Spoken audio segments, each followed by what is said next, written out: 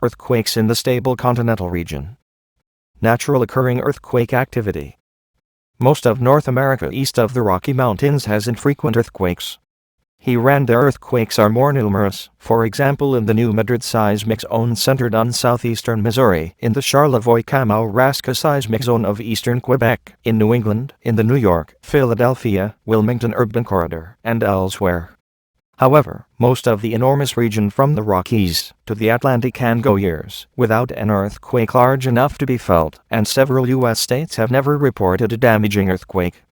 Earthquakes east of the Rocky Mountains, although less frequent than in the West, are typically felt over a much broader region than earthquakes of similar magnitude in the West. East of the Rockies, an earthquake can be felt over an area more than 10 times larger than a similar magnitude earthquake on the West Coast. It would not be unusual for a magnitude 4.0 earthquake in eastern or central North America to be felt by a significant percentage of the population in many communities more than 100 kilometers, 60 miles, from its source. A magnitude 5.5 earthquake in eastern or central North America might be felt by much of the population out to more than 500 kilometers, 300 miles, from its source. Earthquakes east of the Rockies that are centered in populated areas and large enough to cause damage are, similarly, likely to cause damage out to greater distances than earthquakes of the same magnitude centered in western North America. Most earthquakes in North America east of the Rockies occur as faulting within bedrock, usually miles deep. Few earthquakes east of the Rockies, however, have been definitely linked to mapped geologic faults, in contrast to the situation at plate boundaries such as California's San Andreas Fault System, where scientists can commonly use geologic evidence to identify a fault that has produced a large earthquake, and that is likely to produce large future earthquakes. Scientists who study eastern and central North America earthquakes often work from the hypothesis that modern earthquakes occur as the result of slip on pre-existing faults that were formed in earlier geologic eras and that have been reactivated under the current stress conditions.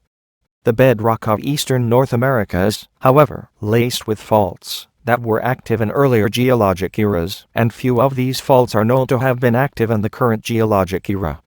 In most areas east of the Rockies, the likelihood of future damaging earthquakes is currently estimated from the frequencies and sizes of instrumentally recorded earthquakes or earthquakes documented in historical records. Induced seismicity.